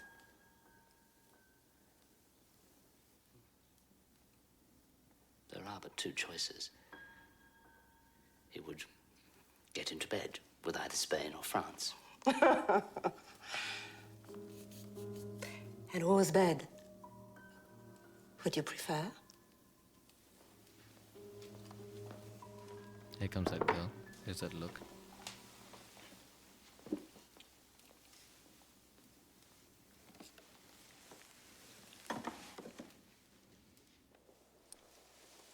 Your Majesty, may I speak with you? During the shoot, in the planning of the camera movements of the film, I had decided that when the film goes into the love story, it's like a cocoon, and the camera wouldn't be conspiratorial. And when it came out of the love story, everything else, because of the intrigue, would be conspiratorial. But in this scene, the love story becomes part of the conspiracy. And so you'll notice it's the first time that when Dudley and she are together alone, the camera is moving around them, as if the conspiracy is now enveloping and going to strangle the love story itself. A friend? The King of Spain. See, Dudley, look at Dudley, the way he's dressed. He was always dressed much more innocently. Now he's got ruffs around him. Just the dress in itself means that he's getting into the court, but he's never going to be able to handle it. He hasn't got those kind of facilities in his own mind. But you can see he's dressed up like a courtier. He's become part of them. He's become part of the conspiracy, yet trying to hang on to it. Only to make an alliance, nothing more. And in both the performances, you can see that they have now come a world apart. Why do you do this? That final moment of regret in Elizabeth. Because I love you. But she is now queen. And though you will not see me, I am the only one who would And care. she would have probably not encouraged this discussion except to find out what are people trying to do to her through him, to find out what the conspiracy really is. For God's sake, I do this for us.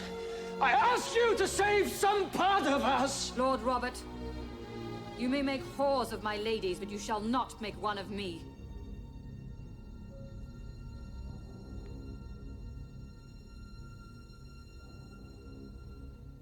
I think it's Dudley totally uncomprehending.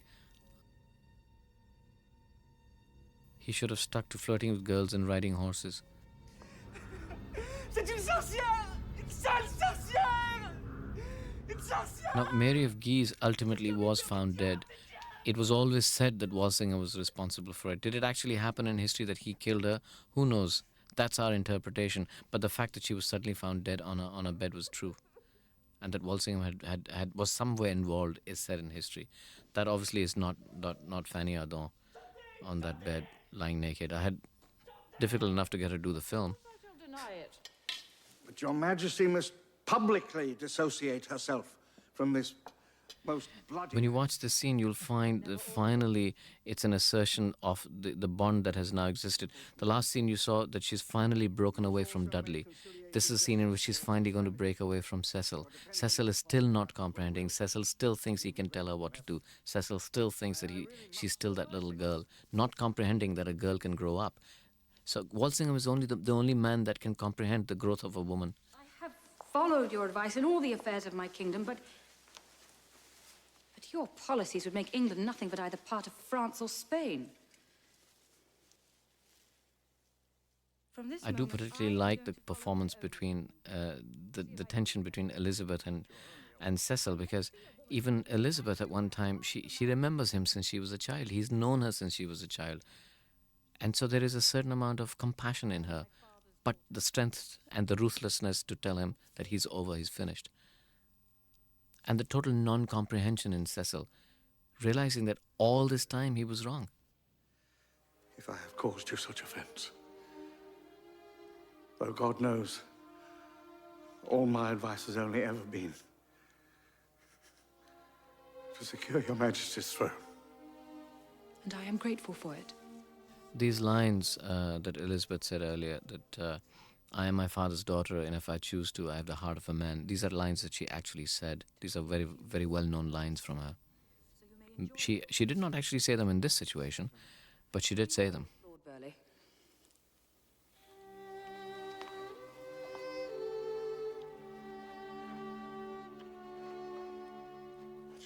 You know, I worked very, very intricately with my composer. We argued and argued for hours and days on end. And finally, when I put the film together, he really liked the way I used his music, except in this shot.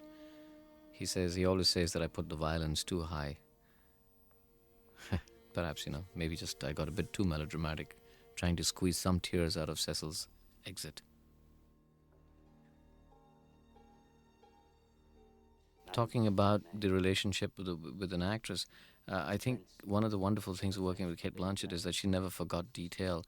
And I'm not ashamed to say that, for example, what she's doing right now, which is like she's sketching and painting, that was her idea, because Elizabeth was always very good at sketching. She loved doing watercolors and sketches. And I thought it was a great contradiction. She's being told that she's about to be destroyed, and she's sitting there calmly. Now watch the way her dress has changed and her hair has changed. I think that's where, and the makeup has changed, and that's why we got an Oscar for the makeup. I think Jenny Shekhar did a wonderful job of taking the makeup and using it to tell a story rather than just makeup. And I think the costume designer said exactly the same thing. They all followed this thing about the film being divided into 7 sections, and everything changes within those sections. And if you watch the film again, you'll find makeup and hair and costume constantly changing. Find the priest and those who harbor him. Right, search every room. Get upstairs. There's a certain amount of nepotism in this. The daughter is Tim Bevan, the producer's daughter, and the son is Alison Irwin, the other producer's son. Where is Lord Arundel? But I thought they performed pretty well. I wish their parents were as scared of me as these kids are scared of Walsingham.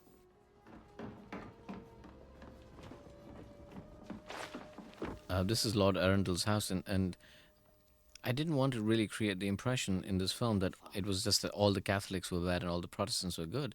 It was all a matter of their own faith. Arundel, in fact, was a great supporter of Elizabeth, and I've tried to show that through the film. And ultimately, as you'll see in the film, that Elizabeth really appreciated it, but had to ruthlessly put the conspiracy down, and Arundel was one of the sufferers again. But he just never gave up his faith.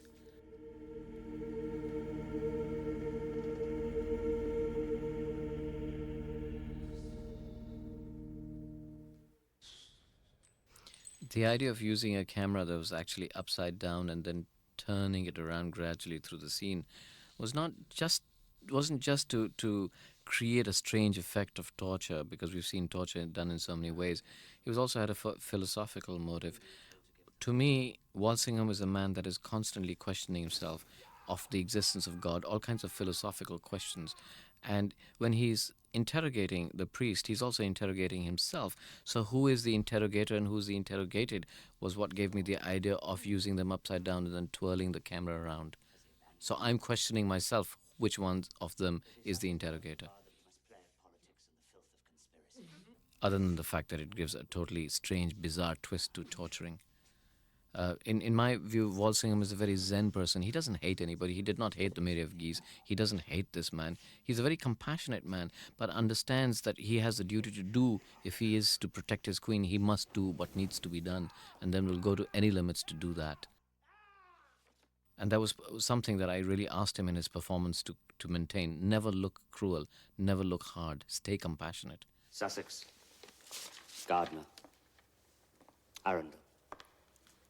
A man will confess to anything. Under torture. Again, if you notice the relationship, never pushing, never coming to her and saying, this is what you must do. Suggesting, protecting.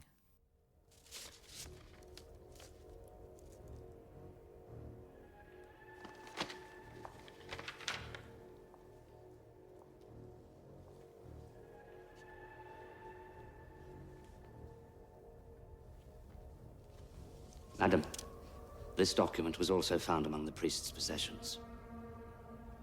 From His Holiness the Pope. To me, here again, this is the final break of Elizabeth from Dudley. And also, you notice that when you're a leader, you don't get time. You don't get time to sit down and indulge your emotions. You've just been told that the person that you loved the most is now one of the conspirators. And you have to get on with your job. And that's part of being a leader. You just have to take it in and go forward. And therefore we wrote the scene in which she just had no time to react to it. She had to do it, and that's what makes her a great actress. She did it fleetingly and went on with it, but maintained that sense of it. You can see that in her face now. And let it all be done. David Hirschfelder, the composer for this film, and I worked very intricately. Incidentally, David also was nominated for an Oscar on this film, but especially from this part of the film onwards, because in my mind, the whole film is operatic in its form. And now, beyond this, there are not that many lines, so I've allowed the shots and the shooting and the performances to be more in tune with the music. They will thank me for this act and forget the man. Norfolk's mistress, what I asked her to do in this moment was that she has always been Walsingham's woman. At some undetermined time, she went over to Walsingham's camp because she realized that Norfolk would not be able to protect her. Yet, if you watch her face, she has been with this man, and there's regret in her eyes. She is going to betray him, but just watch as the camera goes up and watch the way this actress does it with that regret.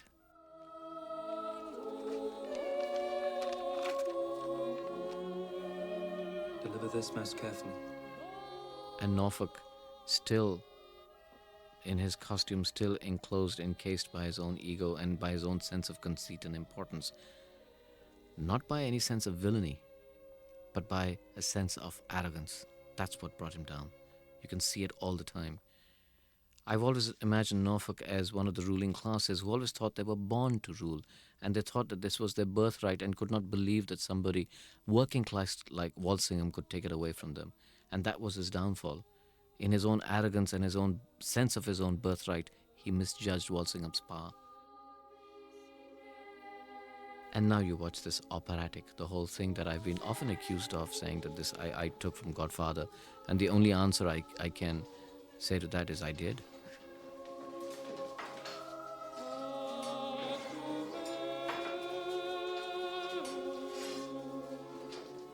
It's my first attempt to use Western classical music, and I really enjoyed it. And my knowledge of Western classical music wasn't that great, but I learned so much.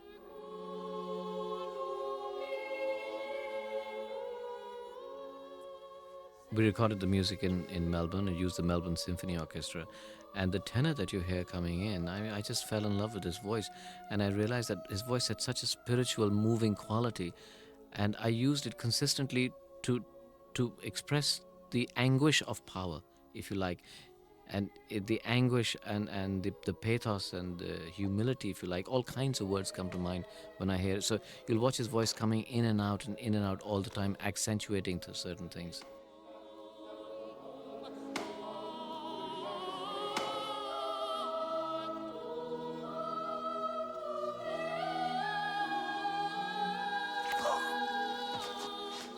Now, one of the things that I did, even though if this could be related to Godfather, except that I kind of imagined that life comes together in one package.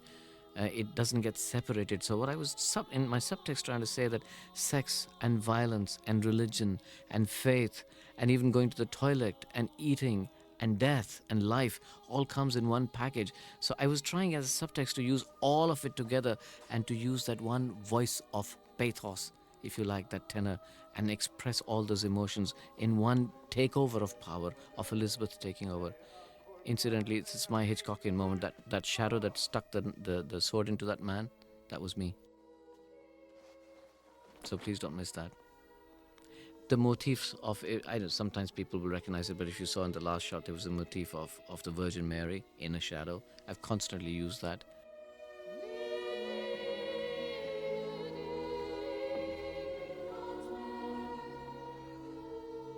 We had lots of arguments as how the Spanish ambassador died. Who knows? Did Walsingham kill him? Is that him walking away after doing the deed? Did he commit suicide? He was Catholic. He couldn't have committed suicide. It was against his faith. But they're not questions that need answering. They're questions that need to be raised.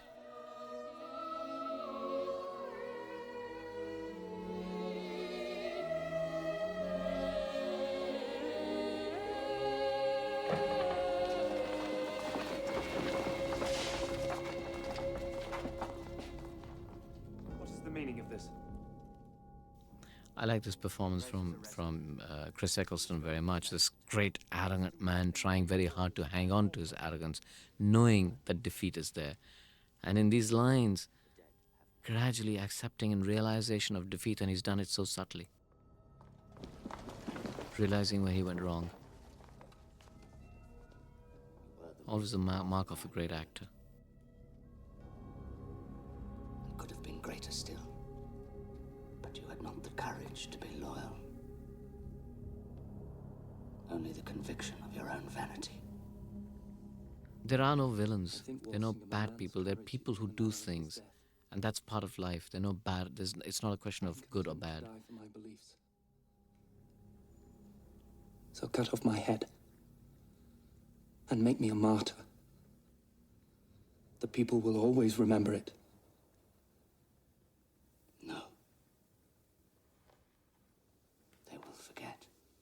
I think that's a great line. They will forget.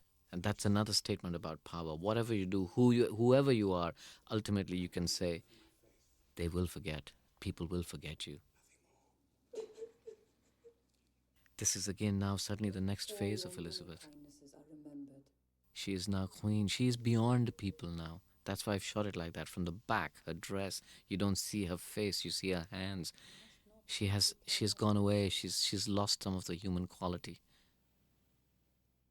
If you notice, Kate's voice has changed. It's wonderful, almost compassionate, but that compassion comes from a certain amount of detachment and ruthlessness.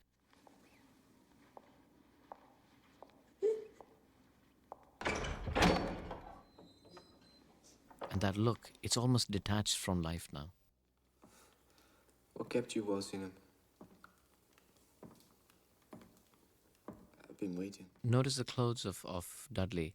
He's now given up. He's lost. He's back to how you saw him in the first scene. He's got his innocence back because nearing what he thinks is his death, he realizes all the mistakes that he's made. He's out of the conspiracy, so the roughs are gone. He's no longer in the court. Your friends?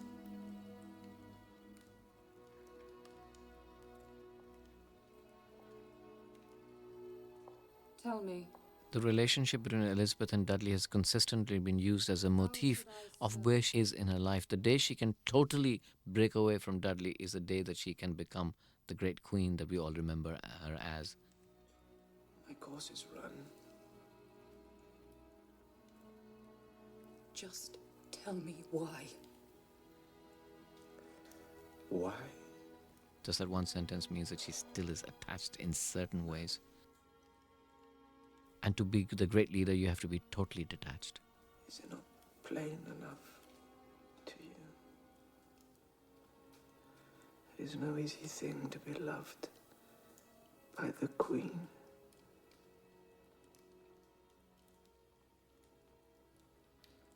It would corrupt the soul of anyone. I think Dudley finally came to terms with what he is and what he was. There was an extra line that I cut out where he says, I was weak, arrogant, and vain, and I didn't keep it because I thought if the whole film shows him do that. I think rather to let you live.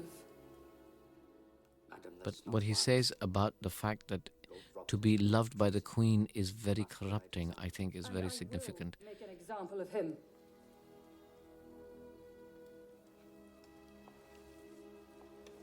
He shall be kept alive to always remind me of how close I came to danger. This line of Elizabeth, keeping him alive to always remind her how close she came to danger. I don't know whether Elizabeth ever said that, but she did keep him alive, and this is my interpretation of why she kept him alive. I actually got it from the certain things that Muhammad Ali said. And he talked about the fact that when he was fighting Sonny Liston, he had the photograph of Sonny Liston everywhere in his house. When he woke up, everywhere he was reminded of it, knowing that he had to fight this. So actually, that's where that line was inspired from. There was more to Norfolk's beheading. Actually, I wanted to do something different, and what I realized was that most of the times the executioners made a mistake. The head did not actually get cut off in the first strike. But we shot it, but it was, we realized we'd never get it through censors, but I just tried to put a sense of reality there, and that's what happened. You had a head that still shook for a while till the second stroke came. The importance of showing Arundel's head was, again, that as a monarch, as a leader, you have to take ruthless decisions and not allow your emotions to come in between them, between you and the decision. What is most interesting about this scene is that Elizabeth was a Protestant queen, and all the wars were fought because of Catholicism or being Protestant. And yet she's sitting in this environment, and the icon there is the Virgin Mary, which is the most Catholic of all icons. And it was my view that Elizabeth, and ultimately there's religion and there's faith, and there's a strong demarcation between those two. And we took the view that Elizabeth ultimately adopted in her image of the Virgin Queen, actually the image of the Virgin Mary, the very thing that a Protestant queen would go out to destroy. She actually looks up to the Virgin Mary. And so I'm trying to say at the end of it all, religion doesn't matter, faith does. The Protestant queen takes on the Catholic iconism to protect her people. This little moment was interesting, that she's even now, even Walsingham can't get to her. He tried to walk up to her and realized he had to walk back. I tried to take this shot just to look like, almost like the Virgin Mary's blessing her, and then she's coming up to be blessed.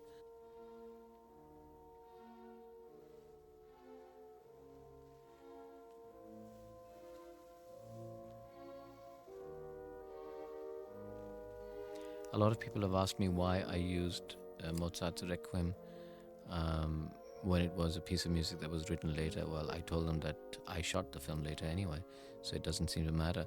But Mozart's Requiem is saying the same things that I'm trying to say in this scene. It's about dying. It's about giving up. It's about leaving your body. It's about going spiritual. It's about detachment. It's about beauty and tragedy. And that's what this whole scene about is did Elizabeth, was there something spiritual about her detachment?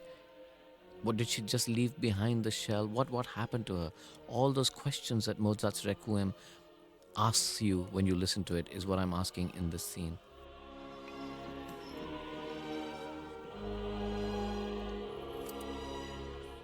Elizabeth over the years had developed this kind of makeup that she used to put on her face, this white makeup now.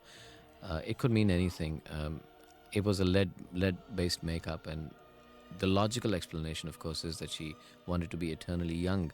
She's not eternally young because of vanity as much, but eternally young as the figurehead, like the Buddha is always eternally young. My interpretation of the white makeup and the lead makeup is really her taking on the iconography of the Virgin Mary, to become an image and no longer be perceived as a human being, but to be perceived as an image. And here she is saying goodbye. She's not going anywhere, but she's saying goodbye to Cate, so that she's leaving a life behind. And just there she's looking at the mirror and leaving that life. I have become a virgin.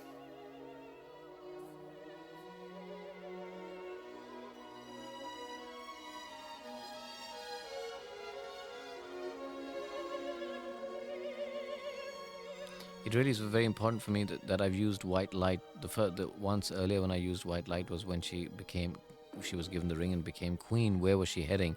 And now she's emerged out of the white light because now she knows where she's going. So at that moment she walked into white light, and there was this whole uncertain period, and now she's emerged from it into a certain period of knowing what to do.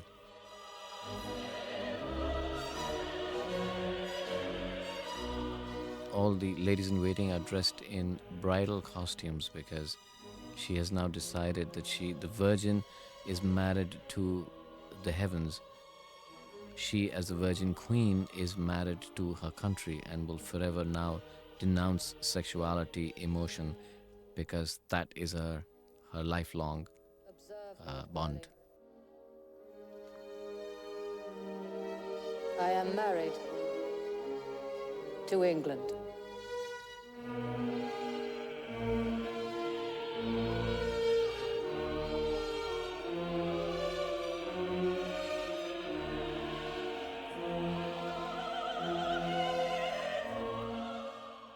In Dudley's eyes, you can see now, she's forever now, she's unattainable. Nobody can reach out and touch her in any other way except, for example, touching her dress.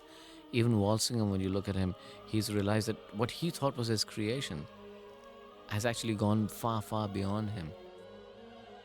And then, as Elizabeth walks towards us, I think that in this shot you see the horror of what she's done to herself.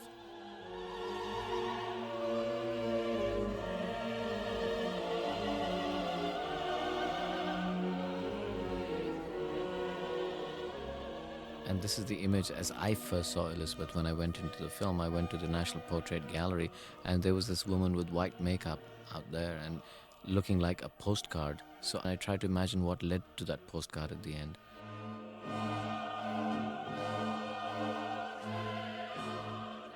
You have to remember that Elizabeth was the queen that was responsible for, not only for England becoming the most powerful country, but responsible for Shakespeare.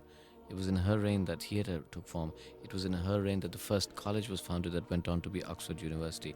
The Royal College of Surgeons performed the first dissections in her reign. She beat the Spanish Armada in her reign. But the first water systems in the city of London were formed. They're amazing scientific discoveries. She discovered Virginia. That's why it's called Virgin. After the Virgin Queen, Virginia is called Virginia after her. She colonized it.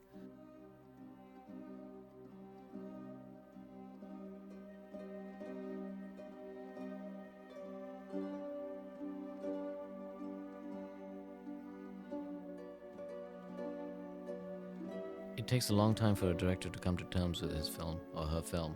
It's taken me a long time to come to terms with Elizabeth, because every time I look at the film, I only see what I should have done or what I did wrong. But when you finally come to terms with it, as a director, you try and understand what you actually did, because making a film is such a collaborative art that a director is merely, I think, the glue of many, many other parts that come together in the film. So at the end of, say, Elizabeth, all I can say is that I kept asking myself a million questions, and I encouraged my art director to ask those questions. I encouraged my cinematographer to ask those questions. I encouraged my actors to ask those questions. I never actually went onto the sets in this film and said, this is the shot, unless I was in a real hurry, in which I could. But most of the time, I would talk to everybody about the philosophy, and I would say, what is this scene really about? Why do we want to shoot it this way? Which way do you think it should go? And I think that collectively, as we kept asking these questions, we collated a film together that at the end probably asks more questions than answers. And I think that has become important. Thank you very much.